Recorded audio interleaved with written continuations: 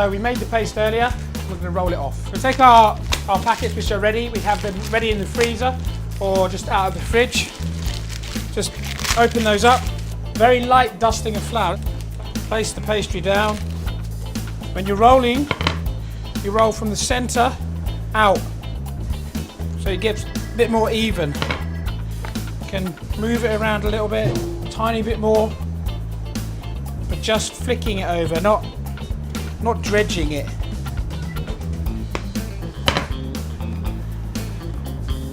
Okay, so just line it out. You want about 2-3 mil.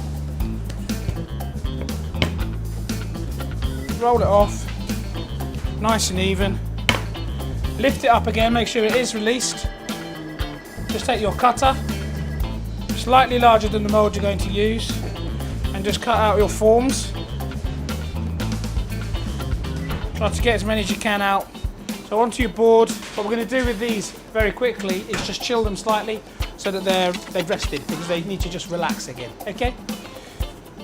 Okay, so we've rested our pastry after rolling and cutting it, so we're just going to lightly grease these rings. So I'll put a little bit on the tray there, and I'll just run my fingers around rather than making it so that the pastry fries. Now lining is very, very important.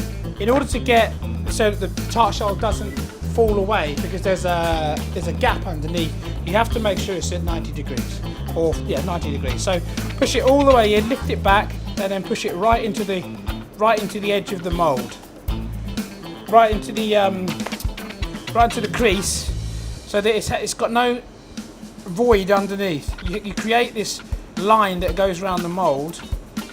Make sure you get this line. You can see there's a line drawn in the pastry, where if you lift it up, you can see it's right up to the side of the mould, so it won't slip away. You won't have a slipped tart.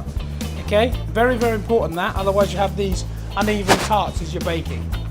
Okay, so our tartlet cases have rested now.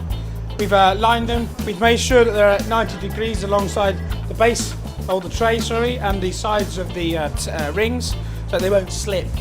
Now we've chilled them slightly. Now what we're going to do is get them ready for the oven for blind baking. You can use various things. Some people use cling film. I do. Some people don't like it. You can use muffin tins. You can use rice as the baking bean, or baking beans. You can buy the little metallic ones from the supermarkets, or you can use flour. Essentially all you do is you double line it. So cut the cling film, fold it in half, cut it in half again, place a piece in the centre so that you've got this extra strength. Now with the rice, you just pour it straight into the centre of the ring, and then you start to push it out. You put lots of rice in so it keeps the form of the tart case itself. It hasn't got a chance to slip, hasn't got a chance to fall down. So you scrunch those up, push them down, just make sure they're pressed down so they haven't got anywhere to go. Yeah. So just take your beans out of the little packets, then just take off your shell cases, place your tarts somewhere nice and cool to just rest up. So we're just going to brush these out.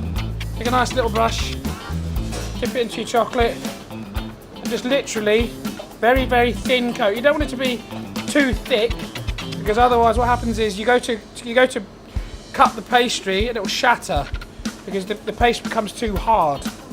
So you just gently brush in the chocolate just like so. Wipe off the excess from around the edges so you don't see it on the tart, on the finished tart, and then just leave it there to set. We can place in a little bit of the passion and vanilla crème. You don't want too much to start off with, because we've got to put the sponge in and everything else, yeah? So just spiralling in, making sure you get cream all the way to the edges. Nice, even layer.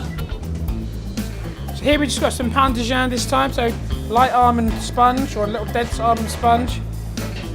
Then we brush that, we soak that, so it doesn't taste just like a dry sponge. With a little bit of orange and passion fruit syrup. Let's give another very small amount of cream, just to bring it to the same level as the sponge itself. It doesn't necessarily have to go above the sponge, just so there's not that dip between the sponge and the edge of the tart. So then with the tart cases, just pick them up slightly. Make sure that's nice and even, clean off any excess. Okay, so have our strawberries. You take your tarts, just start to lay them in. But when you lay them in, don't lay them all in the same way. You're building to ensure that you don't see any of the base or of the cream. As much of the cream is covered as possible. And there's pretty much our covered tart, yeah? So just take a little bit of fresh passion, just feed them over the tarts, not too much. Here then again we have our glaze. So you just dab it on, it's just to seal what's there. So we're going to go to finishing our tarts. A little bit of garnish, nothing too major here now.